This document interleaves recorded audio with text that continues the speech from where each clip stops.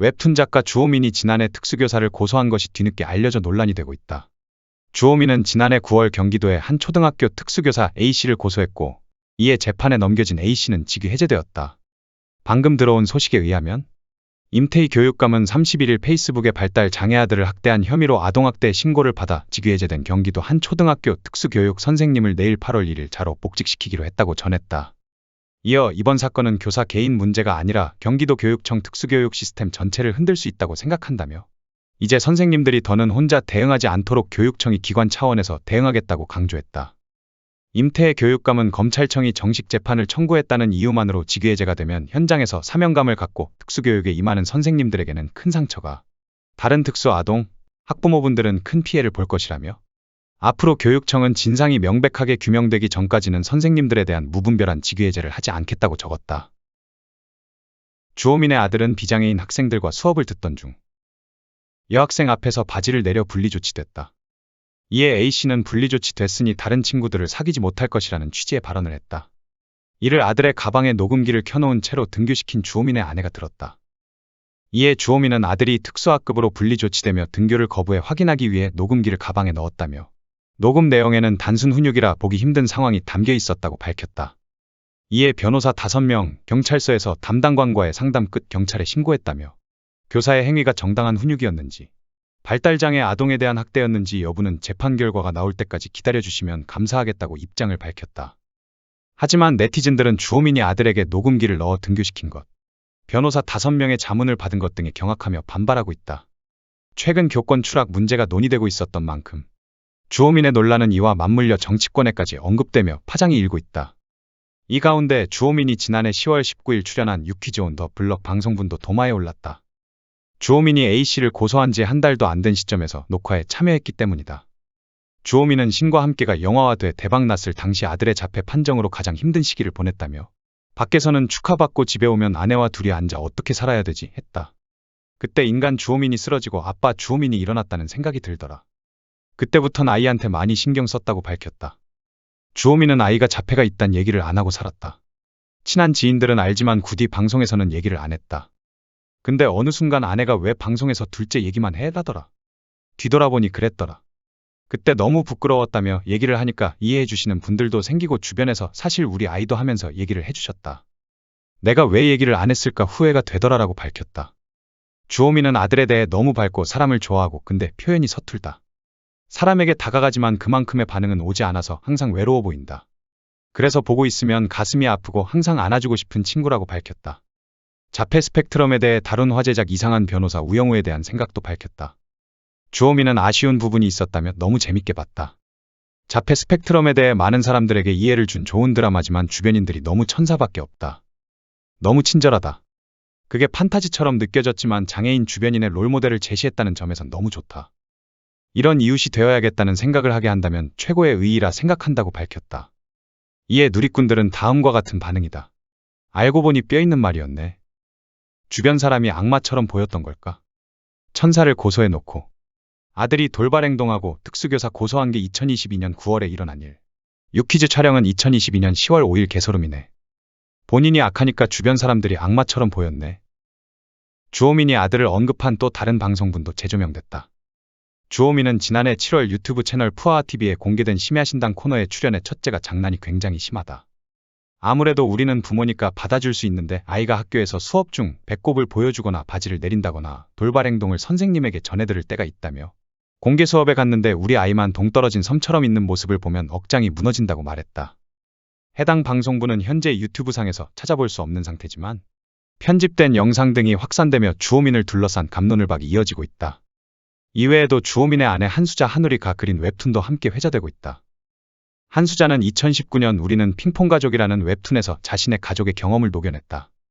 한수자는 이 웹툰에서 자폐 아이가 다른 아이의 뺨을 이유 없이 때렸음에도 항의하는 부모를 악인으로 묘사해 이를 향한 비판 여론이 이어지고 있다. 한편 교사 고소 사실이 알려진 후 거센 비판을 받았던 주호민은 닫았던 유튜브 채널 댓글창을 4일 만에 다시 열었다. 주호민이 유튜브 댓글창을 다시 열면서 가장 최근에 업로드한 영상의 특수교사 고소와 관련된 네티즌들의 의견이 이어지고 있다. 4만 개 이상의 댓글이 달리면서 해당 이슈에 대한 관심도를 짐작할 수 있다. 주호민의 유튜브 구독자는 논란 이전 58만 4천 명에 이르렀지만 논란 이후 구독 취소가 늘면서 57만 1천 명으로 줄었다. 약 4일 만에 1만 명 이상이 구독 취소를 하면서 주호민에 대한 싸늘한 여론을 엿볼 수 있다. 이에 주호민이 추가 입장을 내놓는 것이 아니냐는 추측도 이어지고 있다.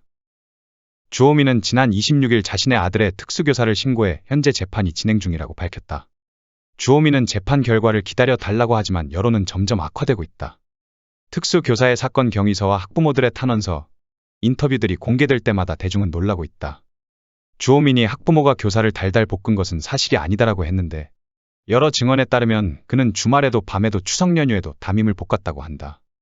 그리고 주호민은 피해자에게 적극적으로 사과하고 용서를 구했다고 했지만 선처를 부탁하고 합의를 조율한 것은 선생님 측이며 오히려 주호민 부부는 피해 학생을 고려 않고 분리 조치도 거부했으며 사과도 하지 않았다고 한다. 그 외에도 주호민은 고소한 선생님의 후임 교사에게도 녹음을 시도하여 발각되기도 했으며 해명도 둘러대기식이었다. 사건 후 주호민 친인척들이 교무실에 찾아가 고성을 지르기까지 했다. 이후 전교생에게 성교육을 실시하는 과정에서도 주씨 가족이 원하는 강사로 교체가 되었다.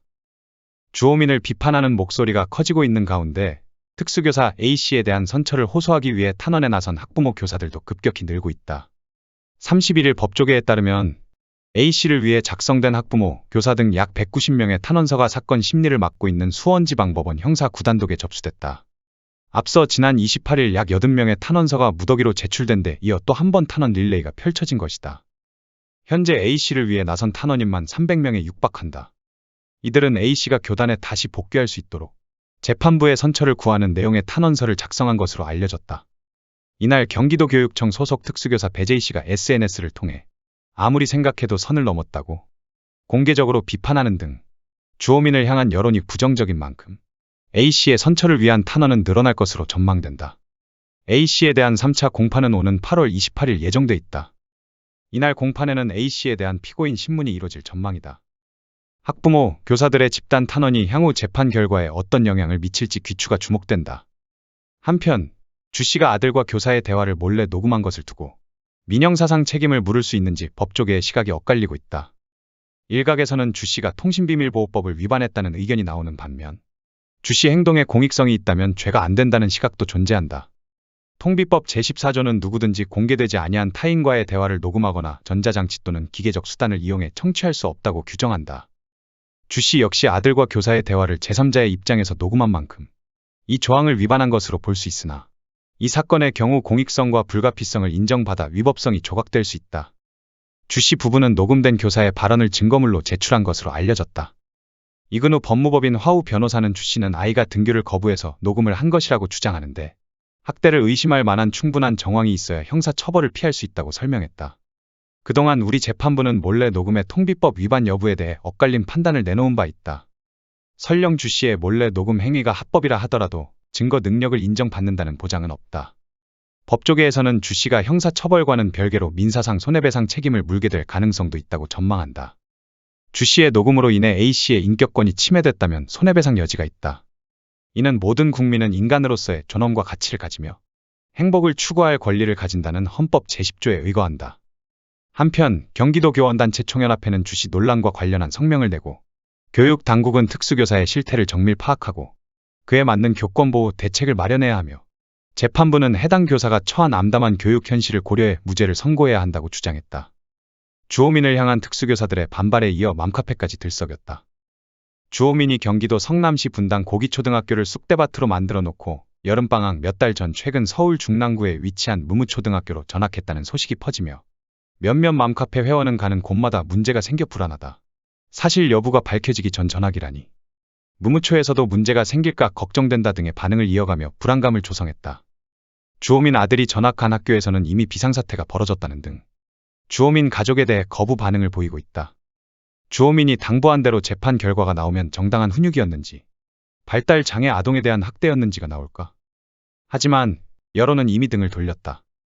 앞으로 주호민의 행보에 귀추가 주목된다. 시청해주셔서 감사합니다.